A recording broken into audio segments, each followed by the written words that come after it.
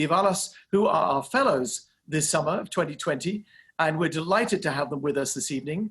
Ruben, nothing quite like playing Haydn, right? Oh, it's amazing. It's so fun to play, and almost every quartet that he wrote has something going on in it that's funny. And in this one specifically, I think it's really cool how he decided to build the whole piece on the octave motif being passed around.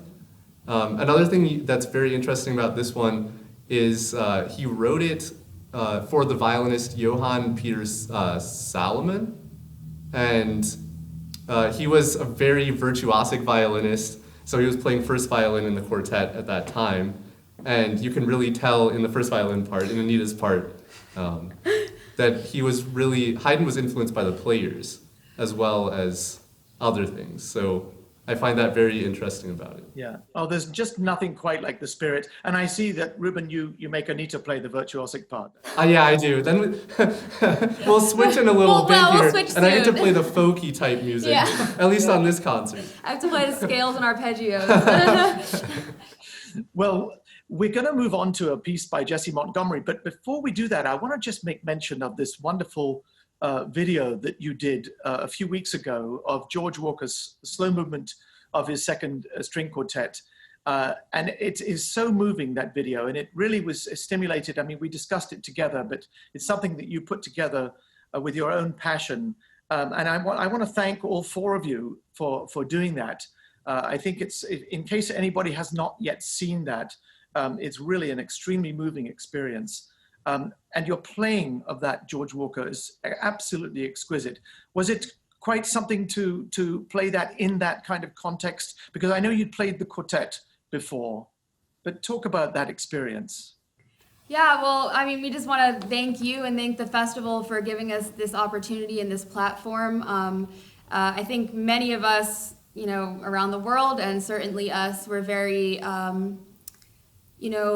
angered and saddened and, by the events that were happening in the world. And sometimes it's easy to say, what can we do? We just play these wooden boxes. We can't really make any global impact off of that, or, we can't do anything that feels like it matters in the moment.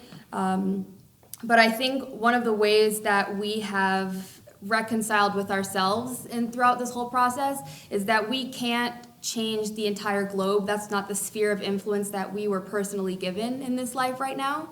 But we can try to make the world a slightly better place, a slightly more educated place, a slightly more thoughtful place, a slightly more loving place in the way that we can. We can't reach 1 million Instagram followers, but we can. We were given this platform here. We were given the opportunity by CMF to do this.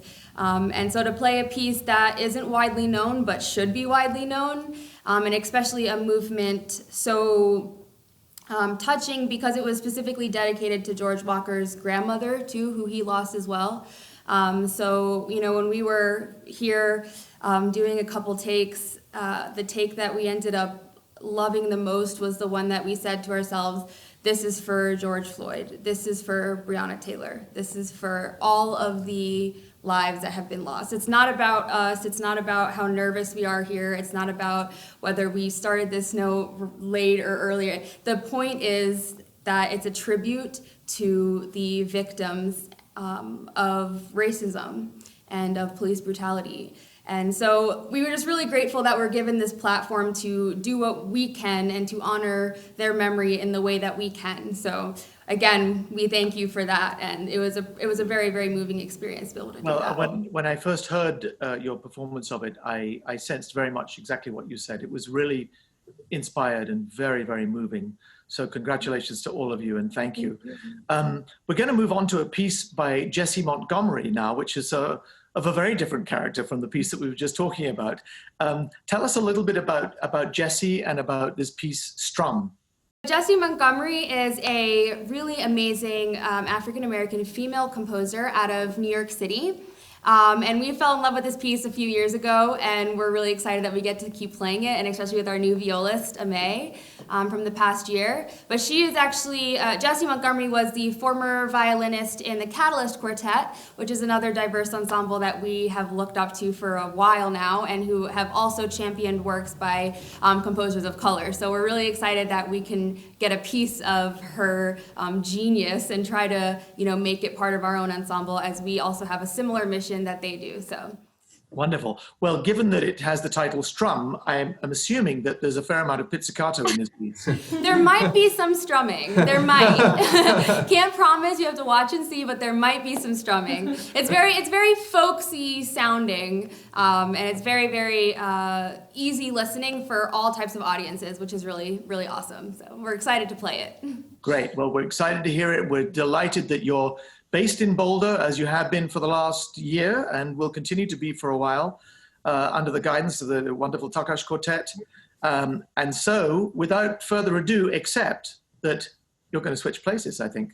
We are.